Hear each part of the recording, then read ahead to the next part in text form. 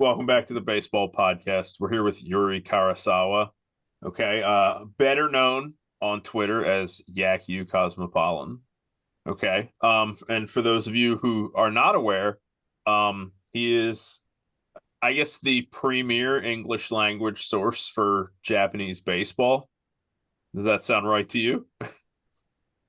You can put it that way. I do want to give credit to everyone who has allowed me to like be in this position. Like, there's so many people in the English speaking side of things here covering Japanese baseball that are way smarter than me, and I've been doing it for so much longer. Like Robert Whiting is the premier historian. There's Jason Okay. Cosgrave for Japan Times, Jim Allen, Rob Fitz. Like, I need to give those guys their credit, obviously, but I'm doing pretty well on the social media space. So yeah, I'm Yakyu Cosmopolitan.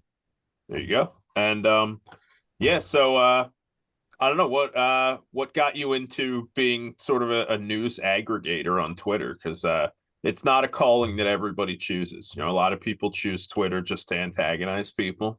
Mhm. What made you somebody who wanted to spread knowledge? Yeah, so like when I first got into MPB, which was around 2017, the previous edition of the WBC, I engaged with a lot of the English and Japanese speaking MPB community on like Reddit.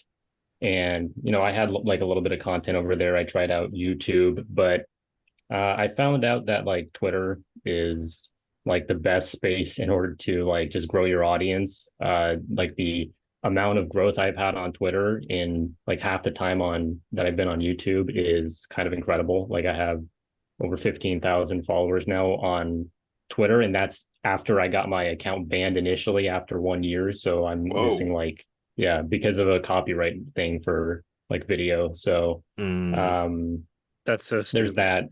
Yeah, it's really unfortunate, but it is what it is. So yeah, like I think Twitter is probably, the best space to be able to grow your audience and connect with people right now. Yeah, that sounds awesome. So let's just dive into Yakyu Cosmopolitan, or I guess Yuri, we should say, the person. We were talking before we started. You're from the United States. You lived in Japan for 3 years. Just give me the rundown of, growing up, getting into baseball, following NPB whenever that started, and then moving to Japan and how that's all been.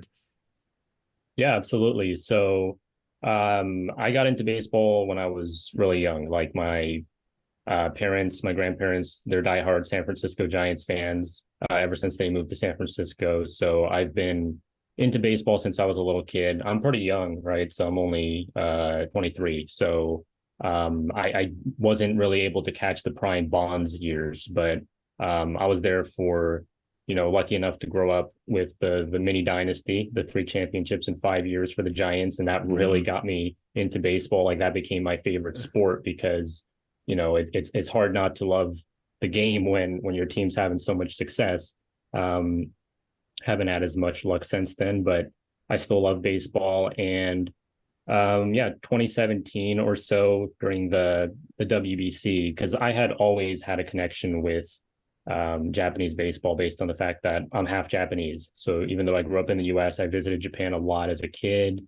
I'd been to a few games, but just never had quite gotten into MPB. I knew I loved the Japanese players in MLB like Ichiro or Godzilla, but 2017, after I watched that WBC semifinal between the US and Japan, where the US takes down Japan 2-1, I'm like, MPB has great players that are just not known whatsoever over in the States. So I decided to get into covering MPB.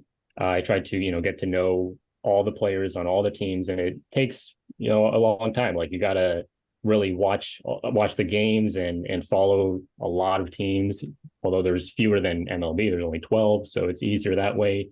But then after a couple years, COVID hits, and I end up moving to Japan for college. And that allows me to, be in the good time zone to watch all the games, cover the league. And yeah, so that's where it just took off. Yeah, it sounds perfect. It sounds one thing I thought was interesting was the way you were saying I had to like kind of want myself to get into it. And that's how I feel Yeah. about other sports, honestly. Like I grew up a huge football fan, American football. Yeah. And then I've always loved baseball. But then, towards like college, I kind of was like, I'm kind of enjoying watching basketball when it's on. I should get into basketball. And you realize like just turning on a game and being a fan isn't exactly the same thing. You know what I mean? So like just turning on a game, you can watch it and enjoy it, you know how it's played. But actually being like a basketball fan is like, dude, I don't know who Garrett Temple is. You know what I mean? Like I don't know who this bench warmer, you know what I mean? Like I don't know who this guy is. And so like if you really actually want to know it, you got to like watch a lot or at least, be reading about it a lot and everything. It's probably easier since NPB doesn't have as many players, but how long did it take you to adjust to becoming, because now, as far as I can tell, not knowing much about NPB, I would consider you an authority on NPB. So how long was the adjustment period, I guess? Yeah, I would say probably like 3 years at least in terms of like 2017 to 2020. I knew most of the top players, but like knowing all the bench guys and knowing the history of the league was very difficult. It took a lot of time. It took a lot of research, but like you say, you got to kind of force yourself to get into it. And once you do, it really does become enjoyable. Like I know a lot of, say, Japanese fans who have, their favorite player go over to MLB. It's bittersweet for them. It's like, oh, the player I've been watching my whole life is now going to MLB. I'm not going to be able to see him live. But then, like, for instance, with Ichiro, there's like a lot of Japanese Mariners fans from the early 2000s because it's like you were watching Ichiro, you were watching the Mariners for Ichiro, but then you fell in love with the other players. And then more recently with I noticed there's quite a few Angels fans even after Ohtani left, like Japanese fans who still follow the Angels because they fell in love with the Angels during that 5 year span. Although there's others who only were there for Ohtani, so now they're Dodger fans. But I'm not a fan of any specific NPB team. I just love the top talent. So I got into the league through, the great players. Like, when I started following, there were guys like Seiya Suzuki who were really tearing up NPB. So then from there, you kind of branch out, you get to know all the players. I'm big on stats. So you look into a lot of the advanced stats and you become like attached to certain players who, might be underrated in Japan, because Japan's a little more, I wouldn't say data averse, but there's still a lot more traditional stats used in Japan compared to like sabermetrics. So it's like I make it my goal sometimes to try to get an underrated player like more popular in Japan. So it's like things like that really kind of got me into MPB. Yeah.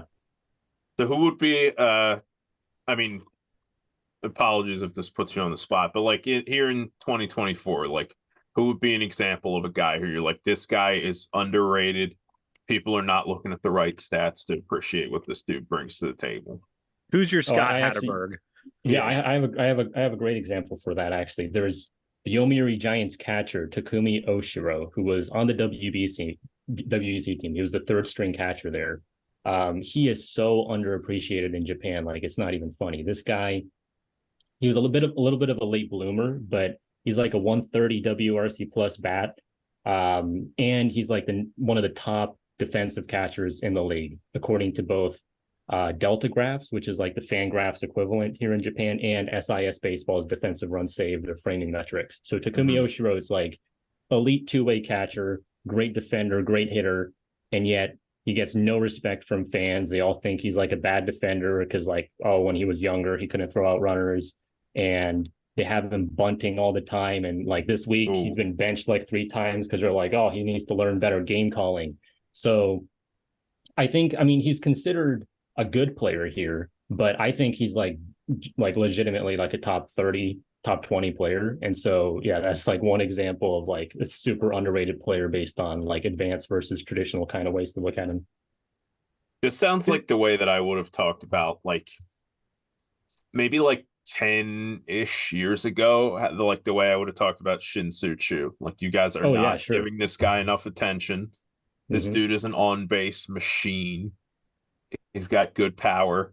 And, the reason that people are not paying attention to him is because they're like, oh, he hits 20 bombs and he bats like 280. Like, who cares? He's a corner outfielder. It's like, well, yeah, but he's got like a 430 on base percentage. Like, you really can't.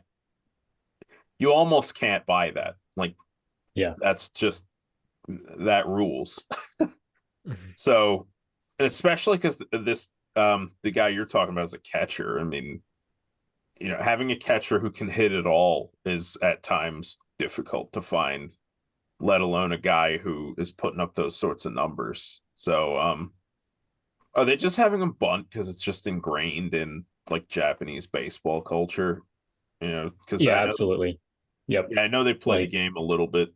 I don't want to say differently because they just kind of play it like more like the way it used to be played in the United yes. States. So they're just having them bunt for that reason.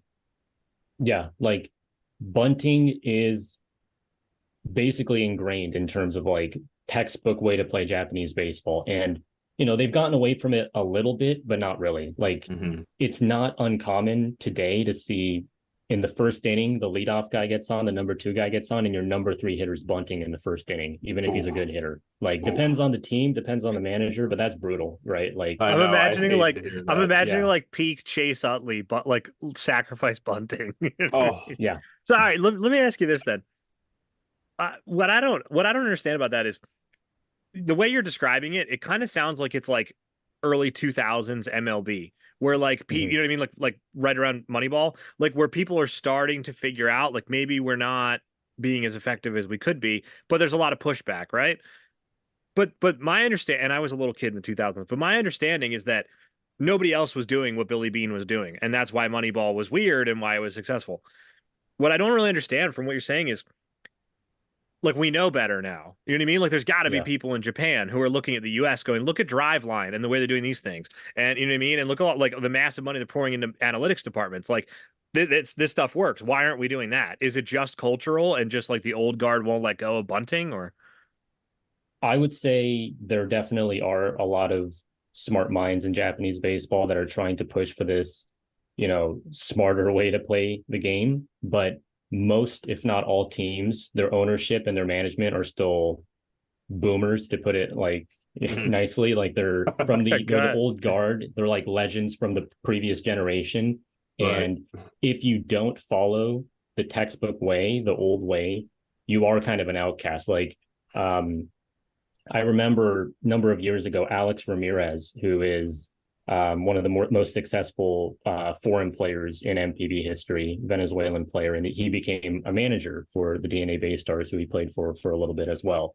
And there was like one game where he happened to let a bad hitter in the lineup swing the bat instead of bunt, and the media just like went on a tirade against the guy. Like, Oh, why didn't you bunt? Why didn't you bunt? Why didn't you bunt? And he said, I looked at this number. I didn't want to give away a free out. And he ended up stepping down for like personal family reasons. But it's just like if you try to think differently, even a little bit, because I wouldn't even consider him to be like a super sabermetric manager. That was like a one-time decision. So right. yeah, there's definitely like a lot more pushback than you find in the US.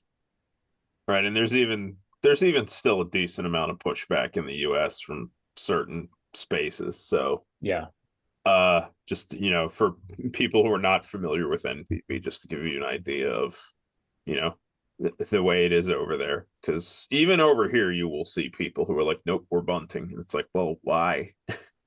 Why are you bunting when you have like Ozzy Albies at the plate? Like just let him swing the bat, it'll be fine. So, while we're on the topic of Japanese culture, I think one of the big things that we wanted to bring up was another cultural difference between the U.S. and Japan, and it's related to the World Baseball Classic. We've talked about this with, I think, Sean Spradling, I think Baseball International, a couple other guys, but what is it that gets like when World Baseball Classic time comes around? Everything stops in Japan. All the top players immediately sign up. They're all on the team. Versus like in the United States, this time around they got a pretty solid offense, but then like when it came to the pitchers, they're like, oh well, I don't know. I'm going through my spring training progressions, and like the US pitching staff ended up being kind of lousy. Like, is Yeah. it what is it about the culture, or like, anything else that gets all those top NPB stars coming out reliably for Japan? Yeah, it's tough to nail it down to one thing, but Robert Whiting, who again is like the top, historian journalist in Japanese baseball history on the English side, he has this book, The Chrysanthemum and the Bat. And he really lays it out there where he makes the case that this is like baseball is 100% reflects Japanese culture like to a T, in terms of how much of a collectivist game it is, but you still need to, you still have your individual time to shine, and you need to work as a team, but you need to also have, your own big moments. So some people would say like that's an Orientalist way to look at things. So some people critique Whiting for saying that, but I wouldn't say it's wrong. Like I do think in terms of, and maybe this applies to like Korea as well. Like I'm not as familiar, so it could. But I do think that in terms of Samurai Japan, the national team, it is basically a given that if the WBC is happening, you're going to play. Like you're not going to ever decline. Although there were two players last year, really good players, Tomoya Mori, who's the top catcher in Japan, Kaima Taira, who was the top reliever who was converting to a starter. Those two players declined for team related reasons, but generally speaking, like you want to play for the national team, you want to represent your country, you want to win. And maybe, and this is just a theory, but maybe because MLB is already at the top of the food chain, and US baseball is considered the best in the world, American players just don't feel that kind of necessity to like prove they're the best. Whereas with Japan, it's like, wow, we get to play with major leaguers and prove that we might be better than them. So I think that definitely plays a role. Yeah, and I think unfortunately for us, we root for the American team, and most of the time on the World Baseball Classic stage, the Japanese team comes out on top. So yeah, I don't know, they got to be doing something right over there. I guess, yeah, I mean, so you mentioned the two guys who sat out the WBC this past time. Is it, and if you know the answer to this, is it seen as like more acceptable to sit it out for like team related reasons rather than personal reasons? Yeah, definitely. Like the reason why Tomoya Mori, who's the premier catcher in Japan, the reason why he sat out was because he was a free agent and he was switching teams from the Seibu Lions to the Oryx Buffaloes, and he said he wants to spend spring training to get to know the pitching staff. So people are like, okay, I 100% respect that. And then Kaima Taira of the Seibu Lions, very similar situation where it's like he fought tooth and nail during arbitration to get a chance to become a starter because the team wanted him to stay as a reliever. This is another kind of like, old head thing where it's like Japan loves their relievers. Like the way relievers are valued is like much different than in MLB. And also because you can manipulate the guy's salary, pay him less if he's a reliever, but he really wanted to become a starter and he skipped out on the WBC to pursue that. And then Yuki Yanagita, who's like, Sean calls him the Japanese Mike Trout. He's a little bit on the older end, so he was like already kind of fringy for the roster anyway, but he wasn't, he wasn't planning to join the team either. And then Hayato Sakamoto, who's like the best shortstop in Japanese history, he sat out because he was dealing with a scandal off the field.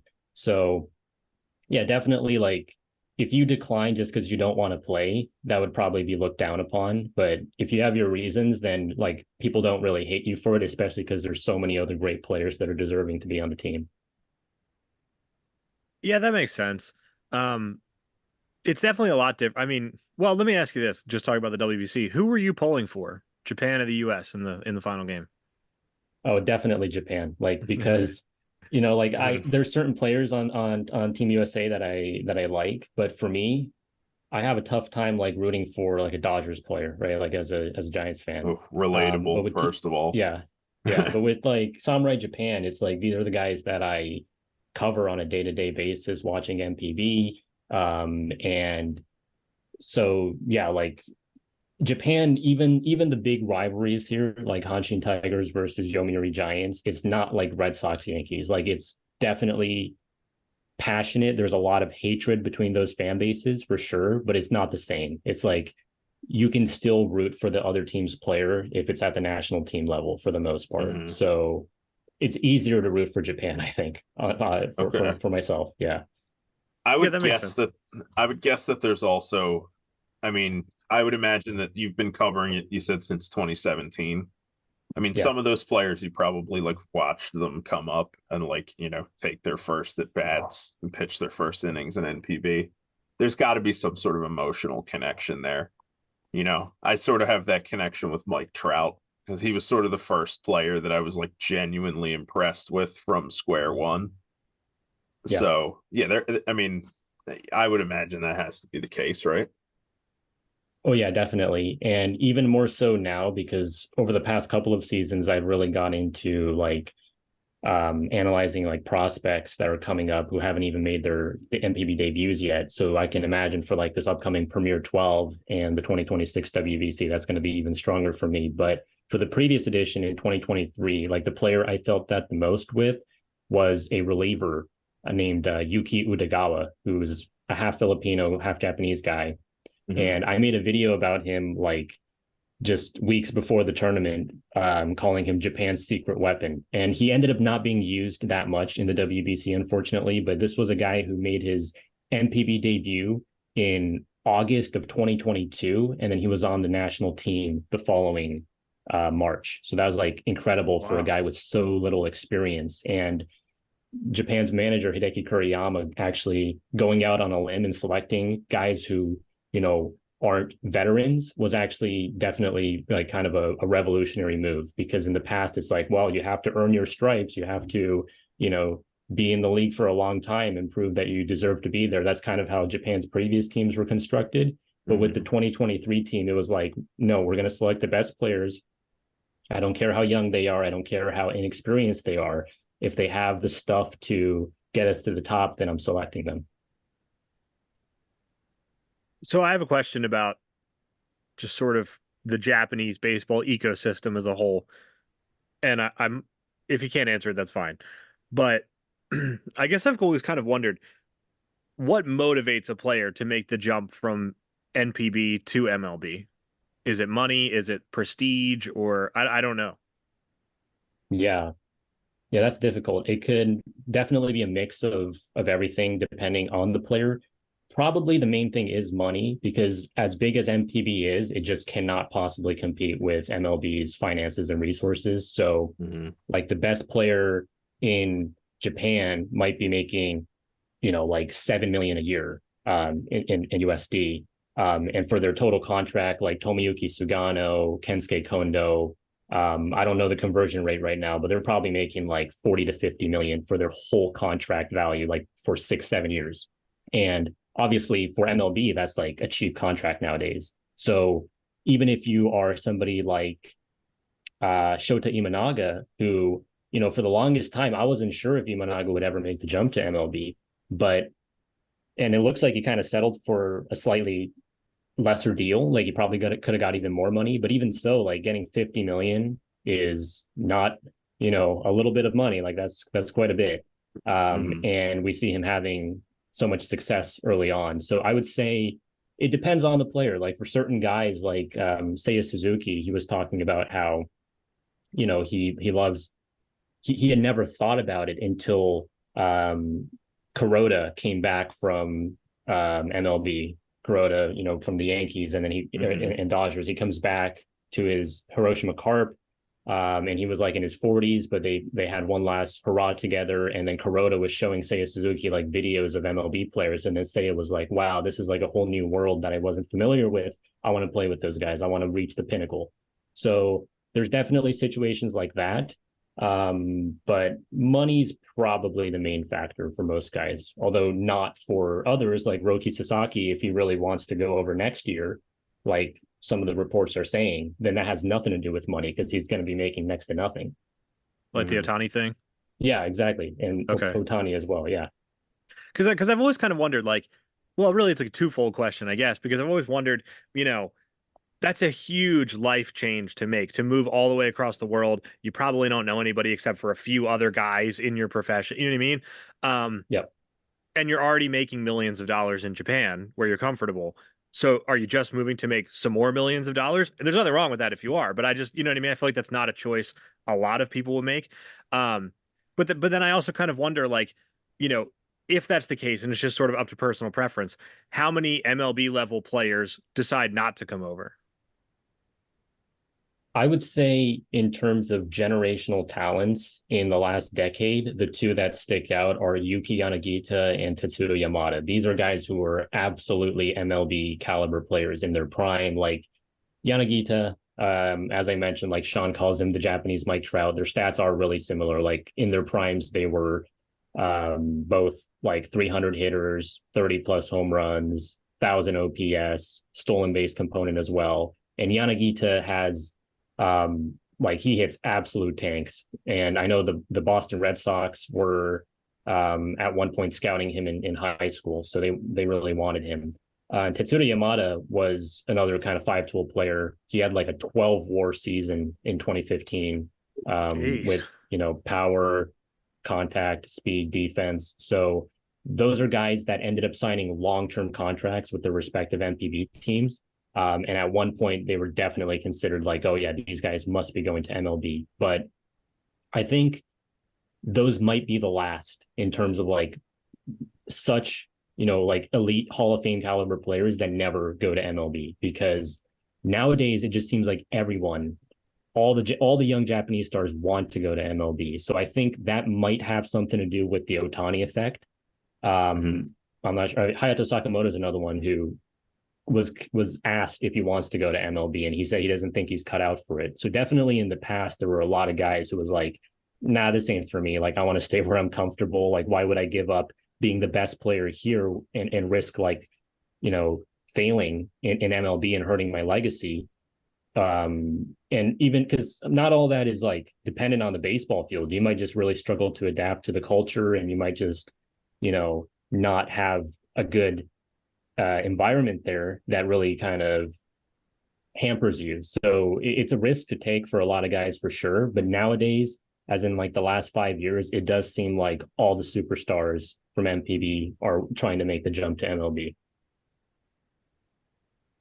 When you mentioned the Ohtani effect, quote unquote, something that came to mind for me was, I know that in the past there's been sort of mega stars on the level of maybe not on the level of Ohtani, but sort of on the level of Ohtani, like Ichiro, obviously. Yeah. Hideki Matsui, I think, was a really big sort of international star over there. Is there anybody else like active in MLB who has a huge fan base in Japan the way those guys do, or is it sort of all Ohtani right now? I would say nobody really comes close to Ohtani. Right. But other guys like you, Darvish, have their own like big fan base too. But it's just like with Ohtani, I mean, obviously he transcends borders because he's the superstar of not just Japan but of world baseball at this point. Right. And yeah, because for everybody else, what he's done is he's kind of redefined what's possible on the baseball field as a two-way player, right? Being the first since Ruth, basically.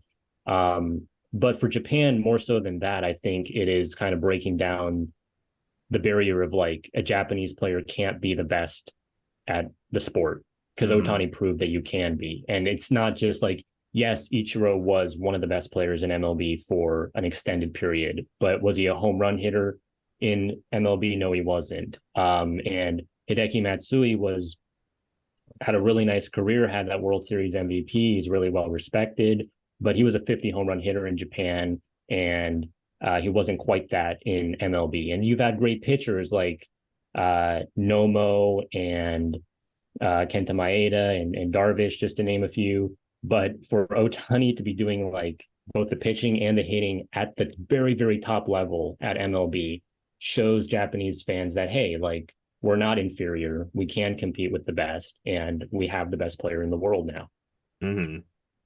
Yeah, I think Japan is sort of, I mean, they're making a lot of strides towards shaking that sort of quadruple A reputation they've been saddled with for a while. And yeah, I mean, obviously Ohtani completely shatters that almost entirely by himself. not just being one of the best players in MLB, but being like hands down the best player in the entire world. Yeah, it's not shocking that he's a international megastar. We'll put it that way. Yuri, I selfishly want to ask, I don't know how much you've paid attention to our show. Probably not if you have anything better to do. Yeah, if you have any self-respect. Yeah, if you have any self-respect, you wouldn't be watching us. But I don't know if you know this. I'm a huge Australian baseball fan. And there's really no reason for it. I'm not from Australia. I don't really know anybody in Australia. I just think they're really cool. Anyway, I love the ABL. I follow the national team, everything. I like to keep track of Australian Baseball League players who come over to MLB, and there's, a handful, 10, 15 every year, something like that. There are also some that go to NPB, and there's also some Japanese guys that come over to Australia for like a season. The big one right now is Shota Imanaga, pitched in ABL when he was like, I don't know, 19, 20 years old, something like that. But you say Kikuchi also did it. That's another all-star. I guess what I'm wondering is Australian, do people even know about the ABL over there? Because I know they had a deal with the KBO to do a team called Geelong Korea that was sort of like a farm team over the winter. Do the Japanese people even care about it? Like, I guess I'm wondering why a few stars have played in the ABL, or is it just random? It just happened that way. I would say the ABL is way more known in Japan than it is in the US because, as you mentioned, like so many, because if you're a baseball fan, it's like considered like normal for, like this young prospect of ours is going to be playing winter ball in Australia. Like, that's great. Even this past offseason, for the Lotte Marines, there's a guy, Shunsuke Nakamori, who was over in the ABL. Takahisa Hayakawa, who like almost had a no-hitter against Australia at the U24 Asia Pacific Baseball Championship. Like the very next week, he was going to terrorize more Australian hitters in really the ABL. Fast. Is he like a lefty starter who pitched for the Perth Heat? He is, yes. Hayakawa. That guy was unbelievable. I'd never heard of him before, but he was unreal when I watched it. Sorry, I just wanted to satisfy my own curiosity. Yeah, definitely. Yeah, like, and obviously, like, Dave Nielsen, the Team Australia manager, played in Japan. So I would say Australian baseball definitely more respected in Japan than in the US. I love that. That made me so happy. I was really worried. I was really concerned that you'd be like, I don't know, a couple guys played there. Like, what do you want? Like, what do you want from me? That answer made me really happy. That's super cool. So anyway, Tom, did you have any? Did you have? I was just gonna say we're working on it over here. We're holding the line in terms of trying to get Americans interested in ABL. Yeah. Actually, I know a guy who pitched in the ABL this past winter, and he made Ethan's top 10 foreign players article for ABL. So, not trying to brag or anything, but me and Kevin McGovern, we go way back to last month. I had a couple Japanese guys on there. Well, of course. But should we move into Ohtani? Ooh. Hot topic. I actually don't really have specific questions about it, but I guess just can you give me a Japanese perspective or a Japanese baseball perspective? I'm not expecting to speak for the whole nation of Japan, but as somebody who's in Japan as it's going on, is it seen or portrayed differently there as it is in the US? I would say in terms of the way it's covered in the media, it's the same, but in terms of how much like skepticism there is against Ohtani from some sections of MLB fans, and I suspect part of that is that Ohtani is like hated now by a lot of people because he chose the Dodgers super team. That might have something to do with it. But like, if you look in a Ohtani comment section in English, it's like you're going to have a big handful of people who are constantly arguing like, no, he's the fall guy. Ohtani is actually the evil gambler. Whereas in Japan, I would say the vast majority of people, although there is like one guy who considers himself a legal expert who's like trying to say the opposite, but in general, most people by default are going to believe Ohtani because there's no reason to think otherwise. And Ippei, this is like a shocking story for like, it has so many layers, right? Like, first off, Ohtani announced his marriage earlier in March when to a normal Japanese woman, right? Yeah. Right. To a normal sort of Japanese out of nowhere, who, right? yeah, who Hilarious. happens to be a basketball player, but the that came out of nowhere. And so, like, for the longest time, for Otani's entire career in MLB, whenever he's on the field, whenever he's off the field, he's been glued to the hip to Ippei. And now he has a wife out of nowhere. And then just weeks later, now Ippei is like in shackles in court. It's just like, where did this come from? And Ippei, like, not just like Ippei is not just famous for being like Otani's guy, because when he was with the Nippon Ham Fighters in NPB, he was the interpreter in the other direction, like Japanese to English for players like Brandon Laird. So it's like Ippei's been in this Japanese baseball sphere for over a decade. And for like this story to come out just like during the Seoul series, even, it just has been complete chaos. And I think only now are we starting to like find out, all the facts now that like the DOJ thing has come out. But yeah, it's been really wild, and it took obviously, Japanese people by complete shock. Yeah, I think it took everybody by surprise over here too. And I mean, we're not even, like, I don't want to say that Americans aren't as invested in Ohtani, because I feel like baseball fans are, but the entire nation of Japan seems to be, I would say they're pretty in on this Ohtani guy. Yeah. So yeah, I mean that has to be a big culture shock over there, even if it turns out that it was just Ippei. The whole story is exactly as they said it was. Well, I have a question for you, and I don't know if you'll have any knowledge on this, but the one thing that I don't think people are really like giving credit to with the whole Ohtani thing, and I don't want to speak as an authority because I don't really know any of this for sure. I'm not. But it sort of comes down to these two camps, right? Of people going, oh my gosh, Ohtani did all this bad stuff and MLB's covering it up and Ippei's the fall guy. Okay, fine. Or it's coming down to Ohtani didn't know anything, he was taken advantage of. Ippei, did all this stuff behind his back, and bad guy Ippei, he should go to jail. The one thing that I don't understand is really like the only argument in favor of the Ohtani being a bad guy thing is, one, the fact that initially this report came out where somebody on Ohtani's behalf said, oh yeah, I gave him the money. And then somebody else quickly came out and said, no, that's not true. So who knows where that came from? You know what I mean? Who knows like where the breakdown in communication was for that? But the thing that I think people overlook is, it's my understanding, and I'm hoping you'll know more about this.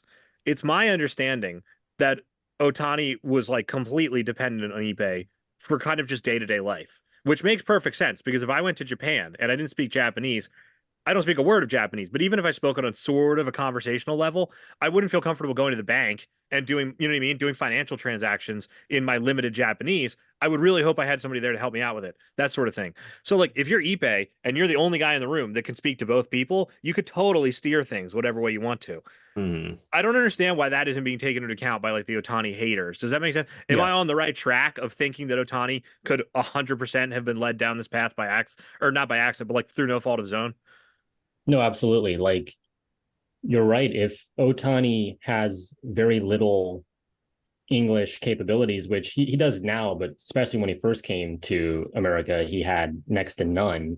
And other, past MLB interpreters have talked about how, you're not just the guys, like, you're not just translating, for the guy, you're doing everything for him. You're like setting up his bank account. You're trying to help the guy with like basic things like ordering at a restaurant. Like, you are there as his helper for his entire life. And so Ohtani was dependent on Ippei, and he doesn't feel comfortable with English, even if he is like because this is another thing I always see in the comments section. You're like, oh, so he can give a speech in English when he's getting his MVP award, or he can talk to his teammates in English, but he can't do this XYZ in English.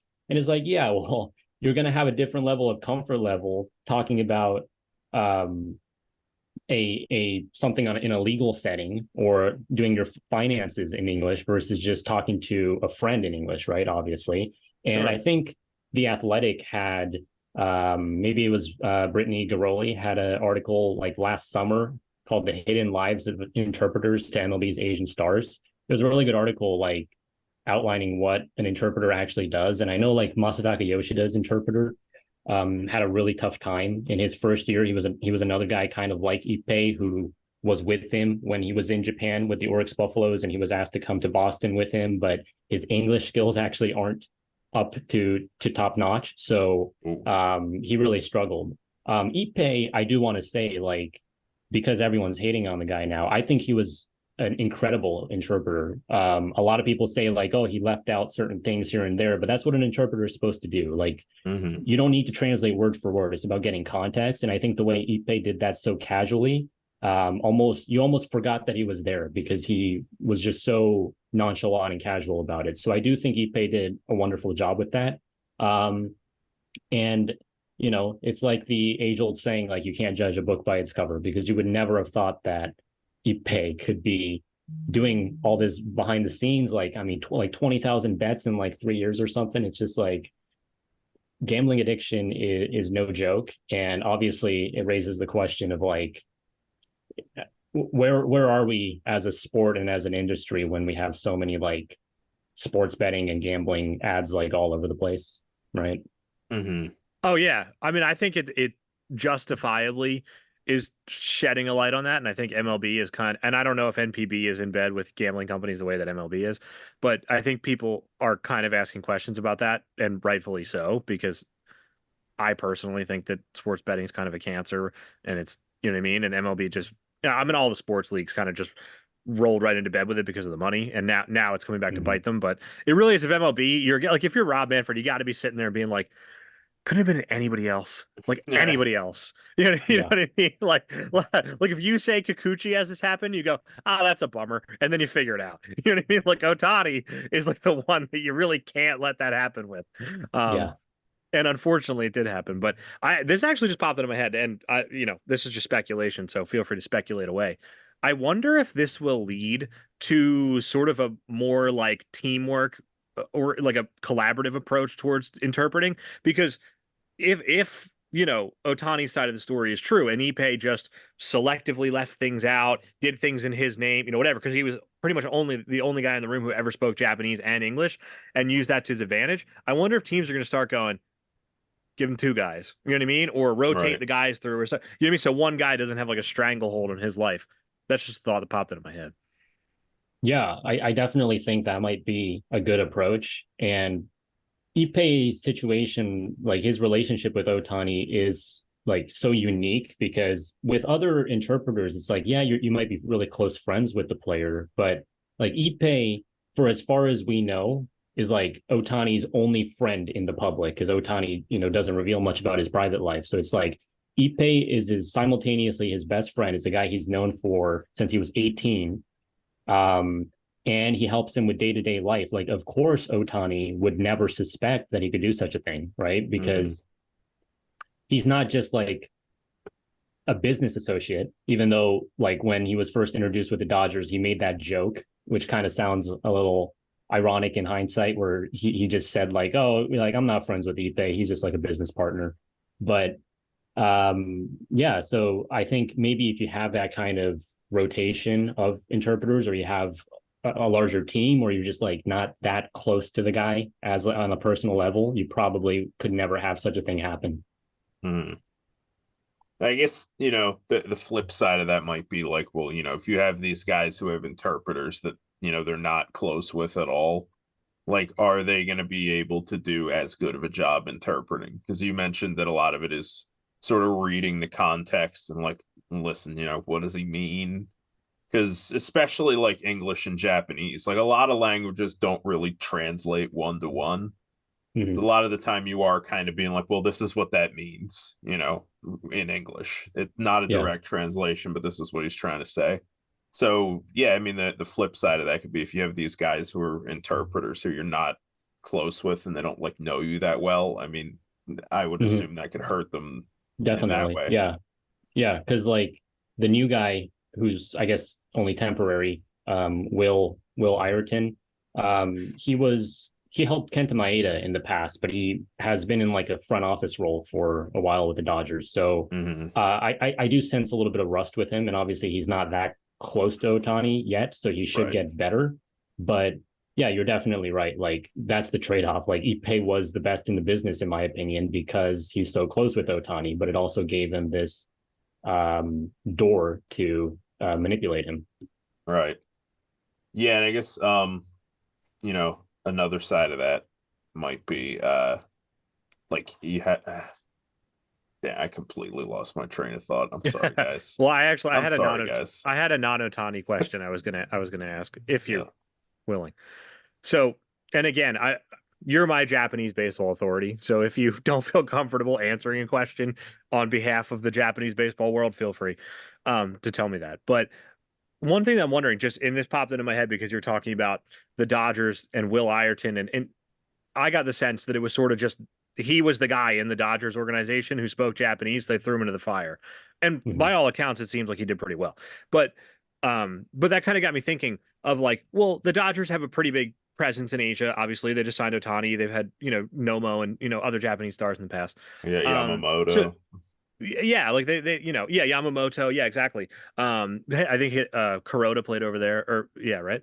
Yeah, But so Kuroda like was the Dodger. yeah, like they have a they have a presence. And there are other teams like that. The Mariners obviously have had a lot of Japanese stars and everything. And then there are teams like our beloved Phillies who just do not have any Japanese players. They had Tadeguchi for like a half a year, and then they had Sotaguchi for 1 year, and he was bad. But that's not his fault. But that is his fault. I don't know why I said that. But either way, I wonder why it is that certain teams do this. And does that reflect poorly? Because obviously it's up to the team to just say, we're going to send more scouts over. We're going to hire guys, whatever. Does it reflect poorly on teams like the Phillies in Japan? Like, I'm assuming there's probably not a lot of Phillies fans because there aren't any Japanese players on the Phillies.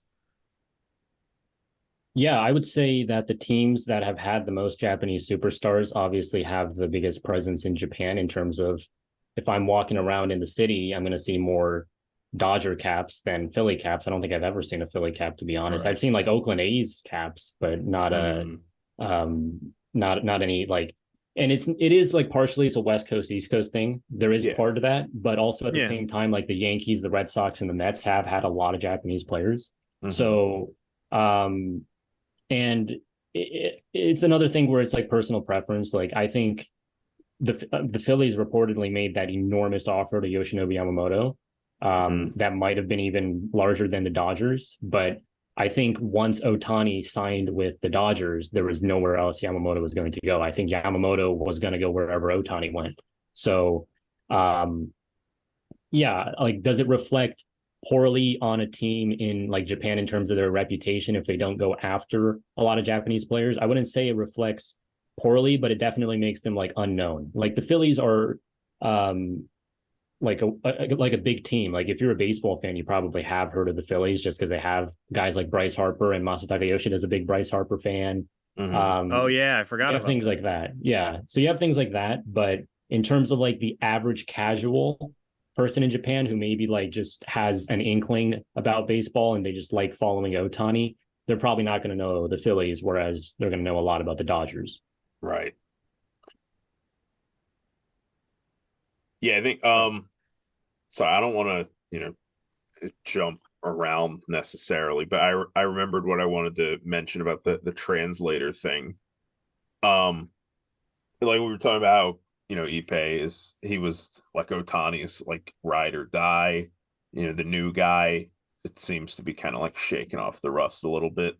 And the first thing that came to my mind while we were talking about that was, maybe for somebody who doesn't get as much media attention as Otani and isn't as big of a voice in the baseball world and really kind of in the world in general, maybe it's less important. But for somebody like Otani, like even if he might, I mean, I've heard people say, I don't know if this is true, I've heard people say that he's like kind of conversational with his teammates in English to a certain degree. Even if he is, like, listen, you're getting a translator because every word you say matters in the public. So, yeah, losing Ipe probably hurts him there too. Like, listen, I had a guy who knew what I meant to a T, and now I have a guy who maybe doesn't, and I have two entire countries hanging on every word I say. Yeah, Like, I'd be nervous too. right. Yeah, and there already was like a slight issue where he had his first home run with the Dodgers, right? And there was like a whole big story about like, Yeah. oh, did he meet the fan? And that was based on like a translation, not even an error. Like it was just like there's no like personal pronoun in Japanese to where like in English, like it was like, oh, I met him was the translation, and he hadn't met him, and what he meant was like, oh, somebody with the team had met him, right? So it's like Mm, already it's like I don't think, and maybe part of that is because the Angels don't have as much like people breathing down your neck as the Dodgers. right. Maybe that's part of it, and maybe that just was always going to be the case with the Dodgers, even if Ippei was still there. But yeah, you do see 100% agree. Like for somebody like Ohtani, where the media is going to report on every little sound that comes out of your mouth, you need a world-class interpreter. Mm-hmm.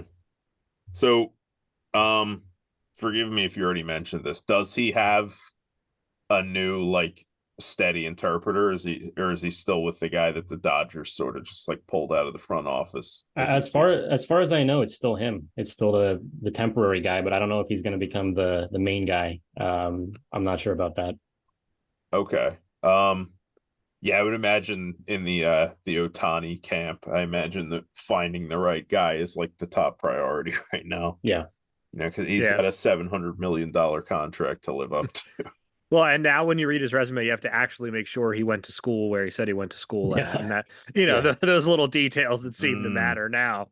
Um, Yeah, he's sort yeah, of the George Santos of interpreters, evidently. let's not go that far. Yeah, yeah, he's not that Well, then bad. again, I was going to say he's going up on federal charges, so maybe he is the George Santos.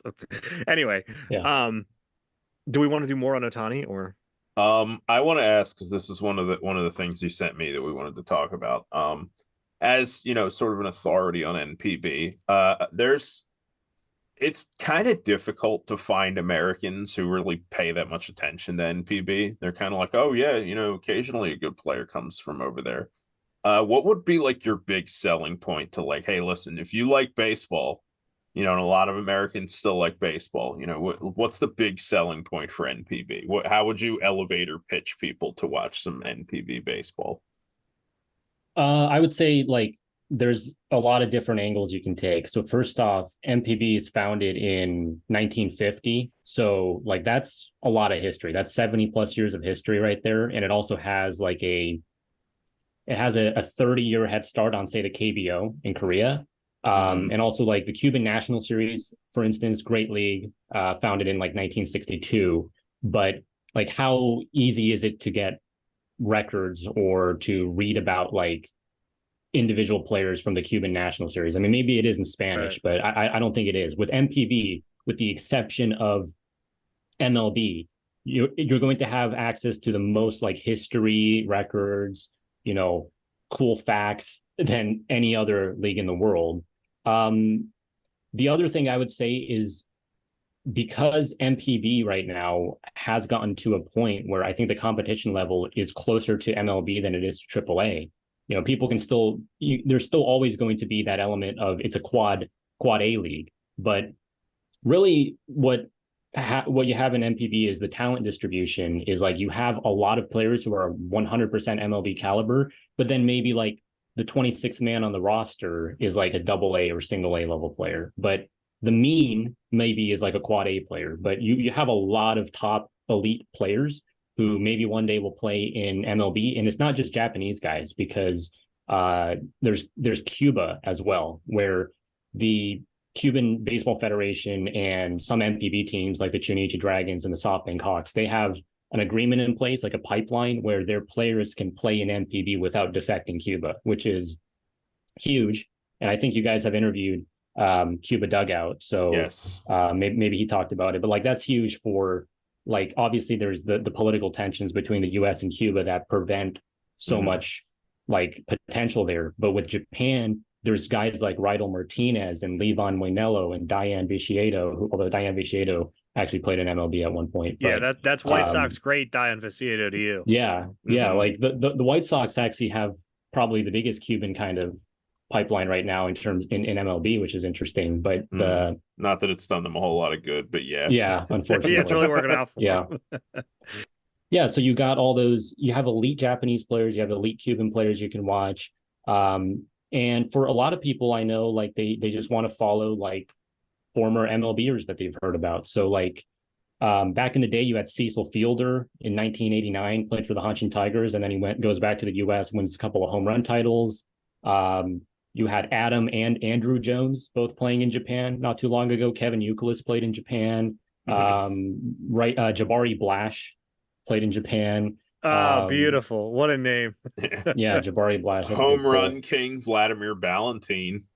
Yes, Vladimir Ballantyne out of Curacao. Right now you got, Gregory Polanco, you got Andre Jackson, Domingo Santana, Andrew Stevenson. So that's number two. Like you have a lot of great players that don't play in MLB. You can watch them in NPB. And then lastly, like if you want to watch a different brand of baseball, and we mentioned in the beginning, like it is partially a negative that they still have this kind of traditional approach with so much bunting and small ball. And right now there's a dead ball era. So it's all super low scoring. At the same time, if you want to watch a different brand of baseball than MLB, where maybe you don't like the three true outcomes in MLB, or maybe you just want to see a more contact-based game like you saw in the 80s or 90s in MLB, then MPB is your place. It's more old school, but you do have some players who are a lot more new school, kind of like Munetaka Murakami, who, he's definitely like an MLB style hitter in that he is home run, walk, strikeout type thing. So yeah, like MPB, I think has a little bit for everyone. So if I'm No, go ahead. You're so important. All right, fine. I will. Fine, I will. Yeah. So I think something that I wanted to add, which this has been my experience, watching Japanese baseball fans in World Baseball Classic in particular. There is definitely a level of passion that American baseball fans are frequently lacking nowadays, and I find that to be infectious personally. I think that's another good selling point. Like, listen, if you want to watch people go absolutely crazy about baseball, NPB is for you because they will do that. And American fans frequently don't. So I thought the coolest thing ever was that I remember this happened at the 2017 WBC. I don't remember if it happened at the last one, but they had specific songs that the entire stadium would sing for a specific guy. Is this always the case, or was that special for that tournament? Yeah, so for an MPB player, if the MPB team that they play for, they have a cheering section that comes up with a song for them at like the beginning of the season, or if they join midway through the year, then they might give them like a temporary one from like a former player, or at least like the same tune, and they just replace like the name. But yeah, so that's called the Oendan is the cheering section in Japan, and they usually sit in right field. And at the WBC, like you have the whole stadium like singing those. So like when I was at the games at Tokyo Dome, like it got loud, like especially when guys like Ohtani would come to the plate, and you haven't been able to hear his cheering song in Japan in 5 years. Like people were really pumped up to be able to finally sing that again. And yeah, I agree. Like the atmosphere in Japan, totally different from an MLB game. You rarely have empty stadiums here in terms of, I mean, not that like, obviously not to pick on certain MLB teams, but you got some empty stadiums in regular season games. That's pretty rare in MPB.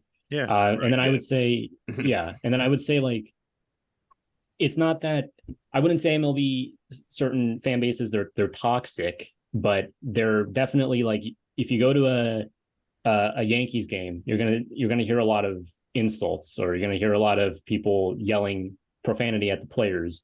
Japan, you might have one or two drunk salarymen doing that, but in general, I think it's a bit more of a respectful, like inviting environment. Like you shut up when the away team is at bat, you let their fans in left field do their cheering. So yeah, I feel like it's a little more inviting of an atmosphere. Yeah. Okay. And I, it doesn't cost them in terms of passion because, like, for instance, we're Phillies fans. Philly fans, when the team is good, when the team's in the playoffs, incredibly passionate. There is a negative side to that where they can be very hostile too. Yeah, right. so Uh, okay, I do want to ask one thing, and after this, if you have time, I want to play a game. Do you have a few minutes after this? I do, absolutely. Okay, cool. So I'll start another meeting and do that. But my last question about MPB is because I don't know anything about it. Like you've sort of convinced me that I should give it a shot. How do I go about like how do I find an MPB game to watch? Where do I go? That sort of thing. Yeah, so that is where MPB does a terrible job because oh, just Oh, MPB, so unlike the they're like KBO, MLB and getting their product yeah, out is the biggest problem.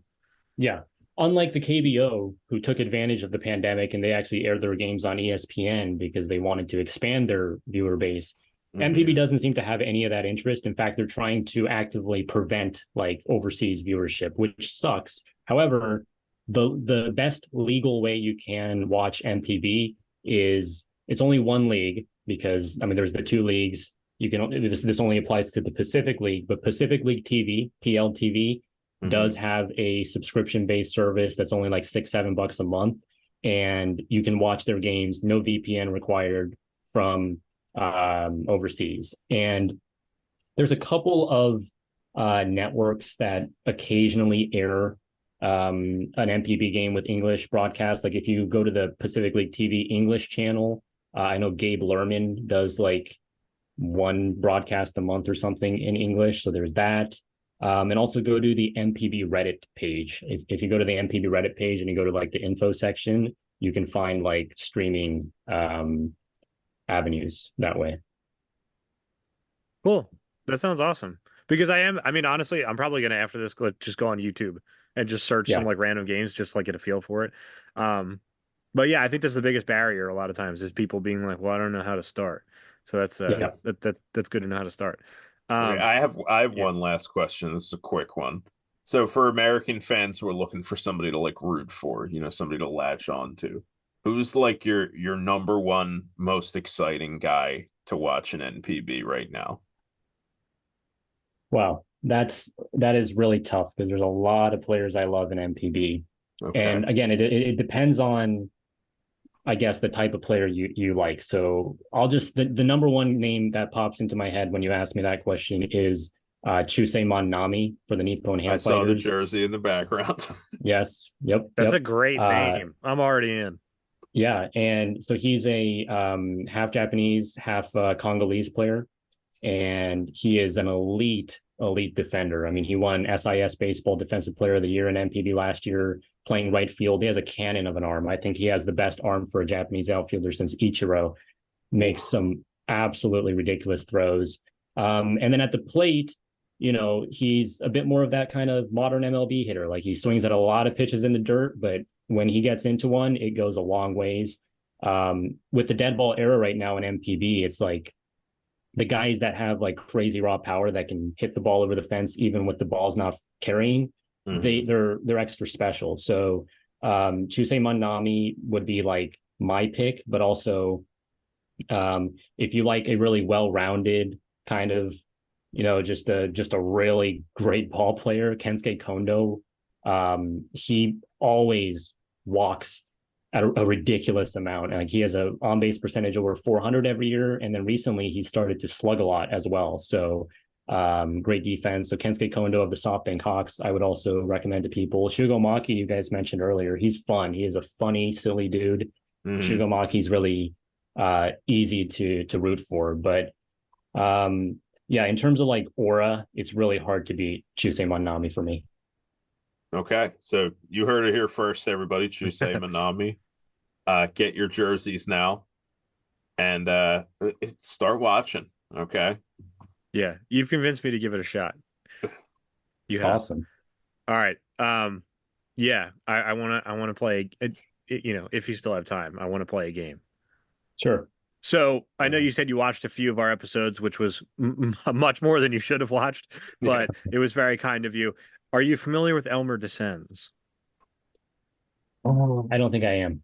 That's perfectly fine. So Elmer Dessens was a bad reliever when we were growing up, and we have this game that we named Yeah. in honor of Elmer Dessens, where we would just sit around, like my mom's house on the floor, just naming out random baseball player, oh, Ryan Church, right? Um, and then Elmer Dessens was the winner. That was hands down the most random player we have ever Okay. thought of. So we Right. named the game Elmer Dessens.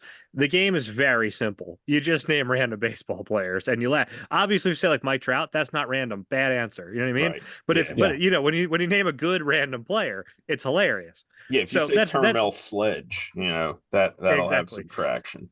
half Korean, by the way. Anyway, it's a fun game to play. We like to put twists on it sometimes, right? So we had Daniel Alvarez Montez on. We did all Venezuelan players, that sort of thing. Right. I think in honor of having on the great Yakyu Cosmopolitan, I think we should do an NPB specific Elmer Descends, and you can make the parameters.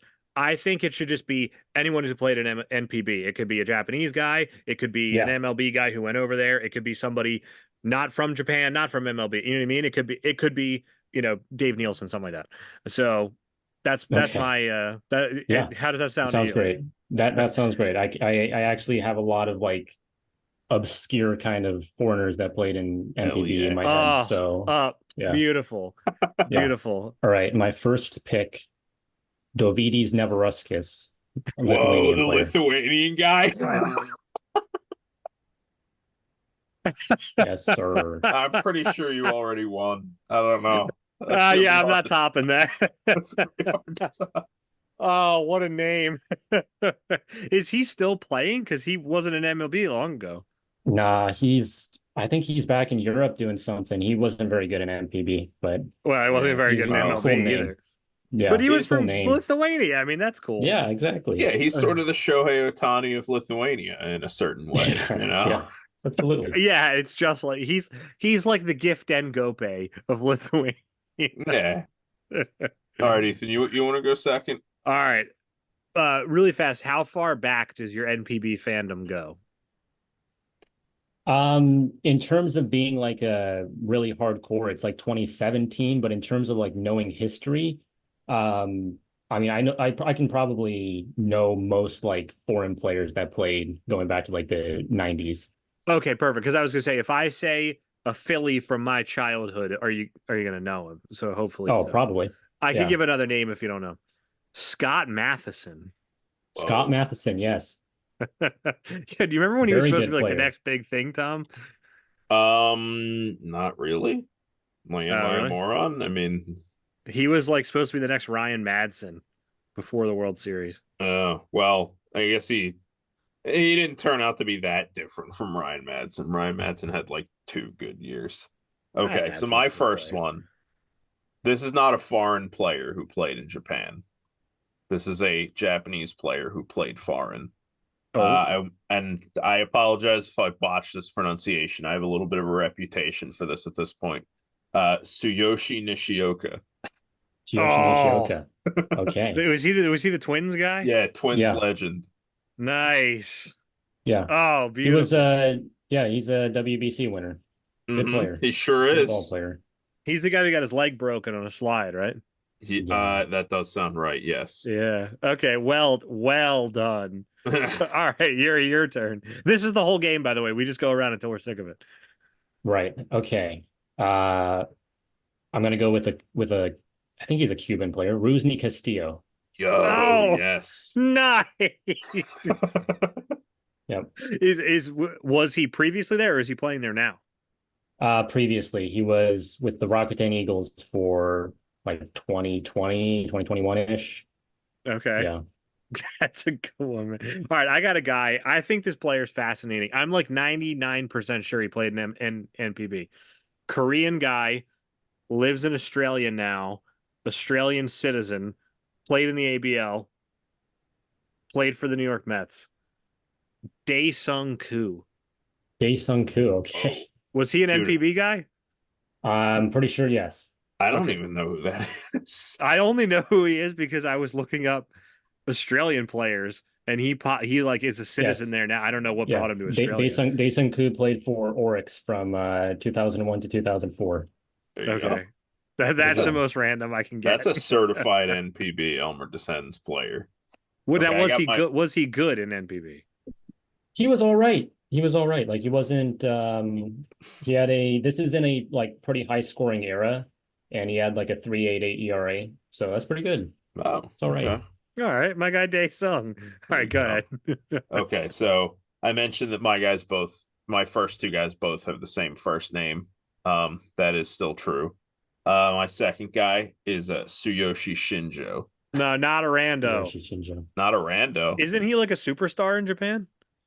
but he's a rando here. He would Yeah, be, that's yeah. very true. I would say he counts as a rando because when I watch like my SF Giants broadcasts, he always gets brought up as like, oh, remember Tsuyoshi Shinjo? But Tsuyoshi Shinjo is a superstar in Japan in that he's like the biggest like off the field presence ever. Because on the field Mm, he was like a good player, not like a Hall of Fame player, just like a really good ball player. But now he's the manager of the fighters and he likes to appear on a hovercraft, and he gets a lot of plastic surgery done, and he lost all his money while living in Bali, trying to become a professional motorsports athlete. okay, He that's is amazing. one of the This most guy. entertaining guys, and he's Doesn't the he? first Japanese player ever to play in the World Series. You know what? And you said that that was a bad name to bring up. What the hell? No, I didn't say that. I said he wasn't a rando. Fine, you want a Doesn't he do like rando? Tony underwear Batista. commercials too? Tony Batista played NPB, right? There you Yep. go. You get a 2-for-1. All right, beautiful. I got another Australian, so go ahead, Yuri. Let me think. Let's go with Taylor Scott because Taylor Scott, I think, is Taylor Scott in MLB right now? He is. He's doing very well for the Astros. Mm. Yeah, that's why. Yeah, that's why. See, I'm going with like obscure nationalities. So we got the South African. Yeah, yeah. So you I got mean, you so certainly checked it off with Lithuanian guy. I Yeah. know. That's wild. You've got some great names so far. All right, I've got a guy, and my understanding is he was actually very good in NPB, but you could fact check me on this. This is another Australian guy, Michael Nakamura. Yeah, yeah, very good player. Okay, that makes Oh, me there you go. Yeah. Oh, Tsuyoshi Shinjo. That's a bad pick. Dude, do you even know who that is? Michael Nakamura. Me? Yeah. No, I don't. But He was listen, he was a good relief pitcher in like the like 2010, I want to say. Okay. okay. Yeah, or mid Okay. 2000s maybe. Yeah. So I got another guy who is my understanding is that he is a stone cold legend in NPB. And I'm pretty sure he is like the definition of a complete rando in the United States. Randy Bass. Randy Bass. There you go. That's he's a congressman now, I think. Is he? Congressman Really? for like yeah, like the state of Missouri maybe. He did the Jim Bunning thing? Yeah, he's Randy Bass is like widely considered the best foreign hitter in MPB history because I mean he would hit like close to 400 with 50 bombs back in the 80s there when the Hanshin Tigers were really good. Um, and Randy Bass, it's like anytime the Hanshin Tigers bring on a new foreigner who happens to be a white guy, like a couple years ago they brought on Justin Bohr, and Justin Whoa.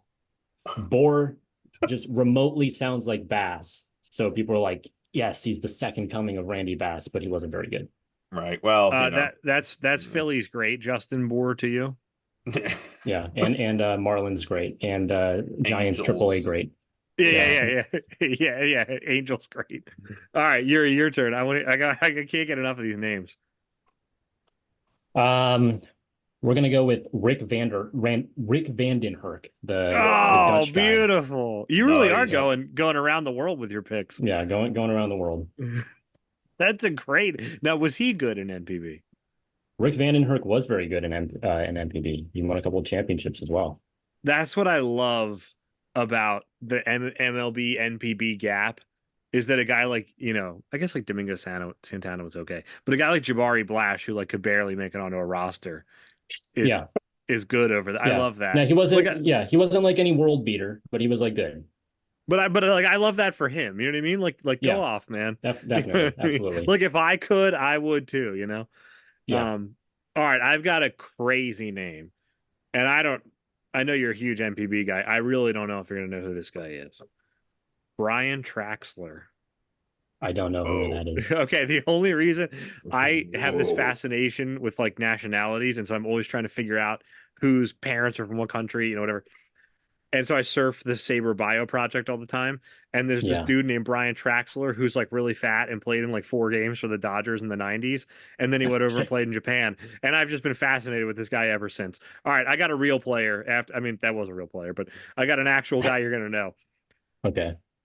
I'm fairly certain this was NPB. If it was KBO, correct me. Darren Ruff. Darren Ruff was KBO. Ah, damn it. All Oh, right. you All blew it. right. All right. All right. Yeah, Third because I time's like the Darren charm. Ruff. Yeah, Darren Ruff's my guy. I really thought I had one with that. All right. I think he's over there now. What's Rougned Odor doing for you? Rougned Odor was in Japan. He just left at the end of spring training because he didn't want to get sent down to the minors. Oh, yeah, I saw that in your most recent video. That's Yeah. right. What Yes. was that all about? He batted like 170 in spring training. They were going to start him on the farm, which is like the AAA equivalent here. Right, And he was yeah. like, Right. nah, I'll go back to the US. And he signed with the Yankees, minor league deal. Wow. Kind of an L move, though, I gotta say, to like back out of a contract like that. Yeah, I don't know. I mean, I have a feeling he's going to end up in the minors over here pretty soon too, if he's not already. Yep. So, he may have, that might have been an out of the frying pan into the fire situation for old Rougned. Did you know that Rougned Odor has a brother named Rougned Odor? I did not know that. Maybe that guy would be better nowadays. Yeah, I was gonna say, is he now your favorite baseball player? Yeah. All right, Tom, who you See got? if he You can get throw 3 some tries, punches. I guess. Okay, I got my next guy. I had to confirm that this guy played in NPB because I was pretty sure that he did, and it turns out that he did. Gabby Sanchez. Oh, Yep. nice. Gabby That's a good Sanchez, pull. the winner of the famous fight between Chris Volstad and Niger Morgan. Yeah. That's Yeah. that Yeah. is arguably my favorite baseball highlight of all time. I've watched that video so many times. Yeah. Are there Niger fights Morgan in played NPB? Yeah, Niger Morgan played in Japan too. Oh, did he? There are fights Okay. in MLB in NPB, but it's very rare. And it happened more in like the 80s and the 90s. There hasn't been like a fist fight, like as in like, charging the mound in years. Like I can't even remember the last time that happened. Shintaro Fujinami was known to get a lot of guys riled up because he would throw near the head on accident. Okay. But we'll see what Shintaro Fujinami. Yeah, hopefully he doesn't start any in Syracuse for the Mets AAA. Oof. Yeah, I was gonna really. say don't throw out Reese Hoskins. Yeah. So wait, whose turn is it? It's your turn now. You're Yeah, we're back to you, Yuri. We'll go with Leonis Martin. Oh, that's a good nice. name. Really That's a good good player, and I guess he's in Mexico now, but he was really good for the Lotte Marines for a few years. That's a great name. That's a really good name. I feel like this guy is remarkably similar in his NPB career. What's Jan Hervis Solarte doing for you? Oh, young Jarvis. Oh, I love young Jarvis Solarte. He was Didn't he do the much like same thing as yes, Odor? Okay. he did do the same thing as Odor, except he joined midway through the season, actually had a huge walk-off home run in front of a packed like 50K crowd in Koshien, but then he struggled a little bit and then he didn't want to get sent down. Or maybe he got sent down and they were going to call him back up, but then like they benched him, so he was like, I'm done, and he left. Never nervous, Jan Tough. nervous. And then It seems he got nervous. in the Yeah. famous words of Kenny. Okay, I got a good one for you. That it's no Davidus Neverauskas, but this is a Phillies legend. Freddie Galvis. Freddie Galvis, yep. Freddie Galvis. I pretty sure Freddie Galvis left the SoftBank Hawks, but he was there for Yeah, 2 I think years. he's in Mexico now. Yeah, he he was a big signing when they first got him 2 years ago, but just didn't hit. I mean, yeah, He we're didn't do familiar a with lot of that that. in Philadelphia either. Yeah, yeah, I mean, he was fine. He was like a serviceable player, but he never really turned into what they wanted him to be. yeah. I I I got a few more minutes if you want to give another name, Yuri. But if you want to go, I understand. I'm trying to So, okay, I'm gonna try to go around the world here. So we're gonna go with I'm not sure if he's not quite obscure, but he is a it's a Wei Yan Chen. Oh, whoa, nice. okay. Yeah, I Wei didn't Yan know he Chen. played in it. Was that before or after MLB? It was before. And he actually came back. He was with Chunichi. He was a great pitcher. Goes to MLB, came back with Hanshin for like a year or two. Wasn't very good anymore. But yeah, Wei Yan Chen. Okay. I like that name. Yeah. That's a great name. What's how do you feel about Australian Baseball League legend Drew Anderson? Drew Anderson. Drew Anderson was with the Hiroshima Carp for 2 seasons. Got let go at the end of last year, but if it weren't for some injuries, he would have actually probably been able to establish himself in that rotation. It's too bad. Okay. I'm waiting on you, I Tom. I have a guy who this guy is such a giga rando that I actually don't know how to pronounce his name. I think I know. I'm gonna try it. It's not a Japanese name, so for once it's me versus a different language. I know this guy's name because we make him orange bats at Victus, and they always stood out to me. Johan Mises. Okay, Johan Mieses, yeah. There you He's go. Who is Yeah, that? he Who is is a he's that? a hyper random. yeah, he's a I would say he's the number one bench warmer in MPB right now. And I don't mean that in a bad way. I don't mean that in a bad way because they love him. They love him. They're like the only reason he's still on the Hanshin Tigers is because he's such like a fun guy to have in the clubhouse and he like hypes everyone up. And like when He's they a had a He's rain he's a delay, he would vibes like guy. yeah, yeah, he would 80 like run vibes on the guy. field and do like a belly flop. So I would say he contributed vibes points to the Hanshin Tigers breaking their Japan Series drought last year. There you go. Johan Mieses really taking up the slack for the Hanshin Tigers. I Yeah, love played it. in the That Olympics as well. that Oh, can't be an MLB guy, right? I think he like sort of floated around in the Dodgers organization for a while. Yeah, Red Sox as well. But he never played in MLB. Let's I don't think find out. so. Okay. Does that Maybe, disqualify yeah. him? It better not. No, that's fine. No, because I'm like almost out of names. The next couple of names I got are not MLB guys. Oh, dude, I just thought of. I'm thinking about guys that we make bats for because we do a lot of NPB guys, and there's names that I remember, and like almost Yeah. all of them you've already mentioned, like Dejan Viciedo, Leonis Martin. I'm like, oh, Yeah. Dejan Viciedo is a good one. That's a really good one. You got another name? I do. And this guy actually led the 2019 Detroit Tigers in home runs. Do you know who that whoa. is? Um, That's not going to be a good team. 2019 Yeah, Tigers. it's a bad team. It's only 15 home runs. Is it like Andy Oh. Dirks? It is Brandon Dixon. Oh, that's Australian Baseball League legend Brandon Dixon to you. Right. Right. It is. Yeah. Brandon Dixon. Dix. Sorry, that's a really the fact that Brandon Dixon led an MLB team in anything is just amazing to me. Yeah, I had to look that up, but Yeah, that is impressive. I gotta Oh say. my gosh, yeah, that's something. 15 home runs. that's a great name. See, I got a trio of Australian guys that I want to say. All right, I'll go with the most notable one first. How about Chris Oxspring? Ricks, Whoa. I love that name. I Whoa. love that name. That's like I one think he of was the NPB, right? yeah, that's one of the I think he's NPB and KBO actually. Yeah, But there's a few of those floating around. yeah, really I don't know, something about that name. It's like a bird, Oxspring. Yeah. Yeah, it sounds like he's an osprey. Yeah. Yeah. But I really like that. Like, I'm pretty sure they had like the corpse of Chris Oxspring on their WBC roster this year.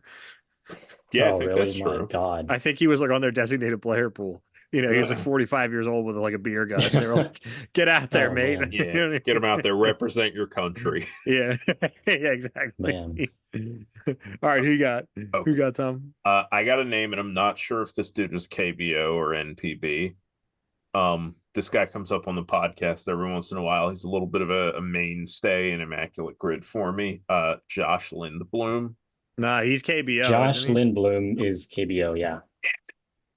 Uh, I'm like back-footed. I'm really running out of Yeah. names here. Good player though, honestly. I mean, he's like one of the more established, like not established, but he's like had a decent MLB career. Right.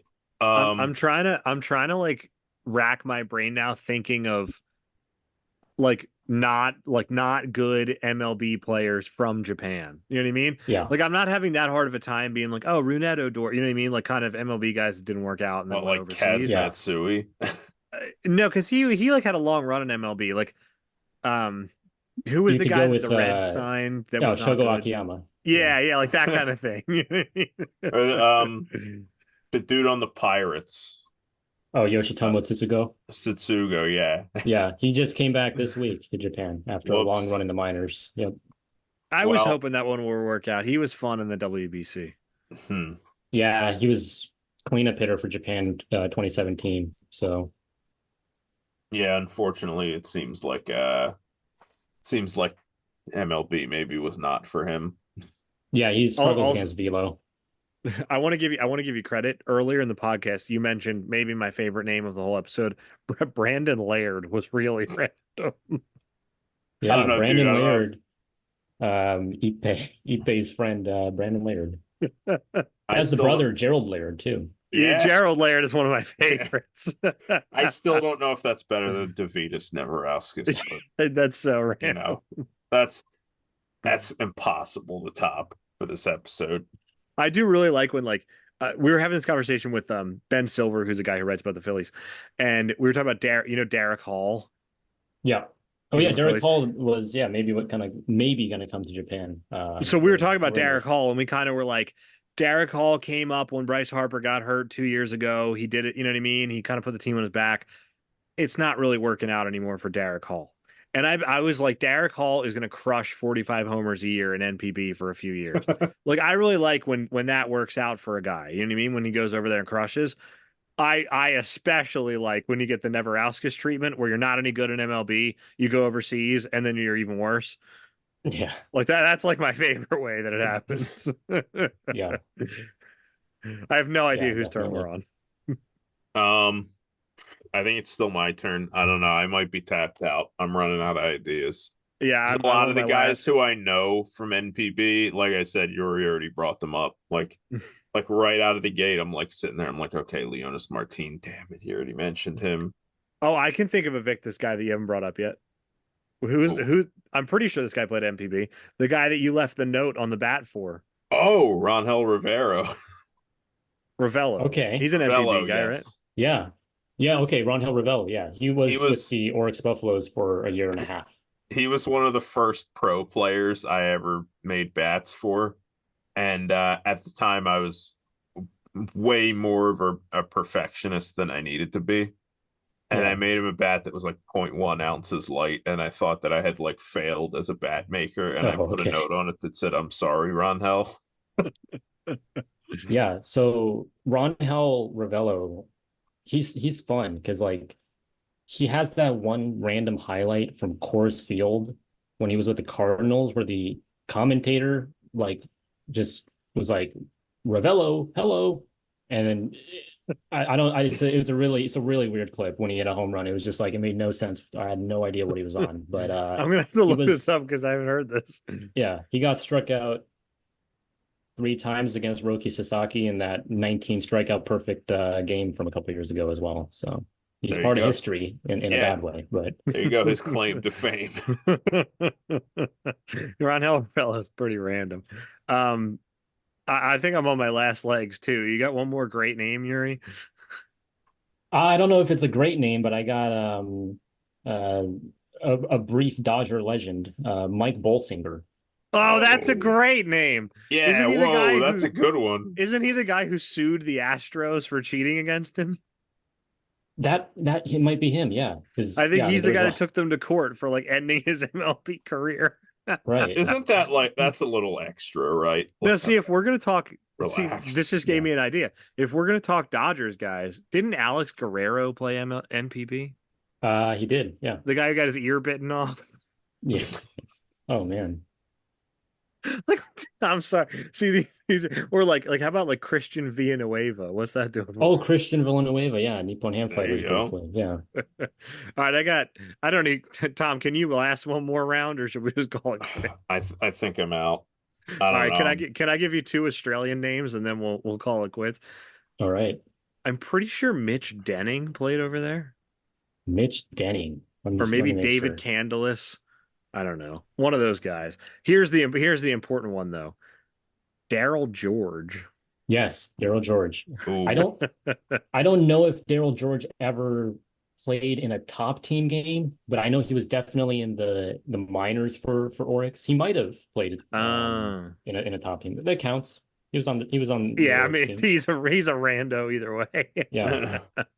I love Daryl George at the WBC. Like he got the support of a lot of Japanese fans because he had played in Japan briefly. So he was getting a lot of cheers there for Australia at Tokyo Dome. Yeah, yeah, they really didn't want Korea to win, right? Oh yeah, yeah. I mean they had Australia's back in that big upset. That was a Yeah. great game. I I was agree. That gonna was say like the they got their greatest. wish. That was like the Yeah. greatest game I've ever seen. Um, yeah, I think I might be out. I don't know if I can think of any more NPB guys. I think Mike Johan Mieses Bolsinger. was Johan Mieses was as deep as I could go. That's Yeah. There's a couple of guys that are like actually pretty good in MLB now, like Nick Martinez, who are at once Oh upon a yeah, time okay. were obscure, but that now they're not obscure Yeah, anymore. So Miles they Michaelis, right? yeah, they graduate. They graduate out of yeah, obscurity. Also, the did you guys know that what's his name? Adolis Garcia for the Rangers played in MPB. he did. Really? He Wow. was, I don't even know if he got a hit, but he had like a 1 week stint with the Yomiuri Giants when he was a prospect. Yeah, a Huh. little drink with the Giants. Yeah. Okay. I had no idea. That's so cool. So is it one of the, because you were talking about guys graduating, is it one of those things where like, yeah, there are some Miles Michaelises who come out and become all-stars, but for every Miles Michaelis, there's 10 Drew Andersons? Is it that kind of thing? Yeah, like nowadays, especially foreign players are struggling more than ever. So it's like it's really hard to actually make a name for yourself in MPB if you're completely obscure. Like that's not to say you can't succeed if you don't have any like MLB resume, but like the best players in MPB, foreigners in the last couple of years are guys like Domingo Santana, who are like pretty well established MLB players. Yeah, he Franmil wasn't Reyes is bad. over here now, but he's Oh, struggling. that's a good Oh, name too. Ranimal. The Yeah. Franimal. Yeah, he's struggling though. He's gotta turn it up. Yeah, it's shades of his MLB career, unfortunately. Yeah. Yeah. See, he like fits the perfect like stereotypical guy who goes over and mashes an NPB. Because like I always think of it as guys in MLB who just couldn't make contact enough. But when Yes. they do, the ball flies, like Vladimir Valentin, that sort of thing. Yeah. And like that's Franmil Reyes to a T. Yeah. I that reminds me though, Aristides Aquino Oh, Yes. was with Shunichi last year, but he had like a 50% strikeout rate. Could not make contact in MPB either. Wait, yeah. I got, Now I Did not just work out for him. go ahead, go ahead. I got one more name for you guys. I just thought of this guy and I just verified he did indeed play NPB. Willie Mo Pena. Willie Mo Oh! Pena. Willie Mo Pena is great. I I was rewatching Yoshinobu Yamamoto's MPB debut a while ago, and he carved up Willie Mo Pena on a Willie bunch Mo of Pena was sliders. still around for that? Yeah, he was like close to 40, but he was Oof. like it was like a 40-year-old Willie Mo Pena against an 18-year-old Yoshinobu Yamamoto, and Dude, Yamamoto he was beat like him. he was like 3 bills when he was like 21. Yeah. He was a big dude. Willie Mo. See, Willie, Oh my gosh. Franmil Reyes reminded me of that because they're talking about dudes with big power who just never put it together at the MLB level. Yeah. I'm like, well, that's Willie Mo Pena. All right, Willie I Mo got one Pena more. hit a. Yeah. Oh, okay. No, I got Final one. name. And I Final remember name. as a kid thinking this was hilarious just because he had a Japanese last name and a really American first name. and I'm assuming it was just a shortening of whatever his real name was. Ken Takahashi. Oh, Ken Takahashi, right. Is Ken That short for something? Ken can be a Japanese name. But I do think it's a shortened name. It is the shortened form of no, it's Ken. Ken's his name. Whoa. Wait, Okay. if we're Yeah. talking Kens, why are we not talking Kenshin Kawakami? Yeah, Oh, Kenshin Kawakami. Junichi Tozawa. No, because he was Junichi kind of Tozawa. effective. He was good though. But I agree, and Oh, like a lot of MLB fans will forget about these guys, but yeah. they're pretty well Oh known yeah, in Japan. Yeah, yeah. Like nobody's remembering Kei Igawa. You know what I mean? yeah, Or Hideki Arabu. You know what I mean? That sort of thing. yeah, yeah. They're legends um. here, but Mm. Yeah. Yeah. But Exactly. like we've like we've talked about, sometimes it is kind of two different worlds, and it's good to put some effort into trying to merge those two worlds because there's a lot to love over there for your MLB fans. absolutely. So, Yuri, this has been a blast. You spent more time with us than we ever deserved.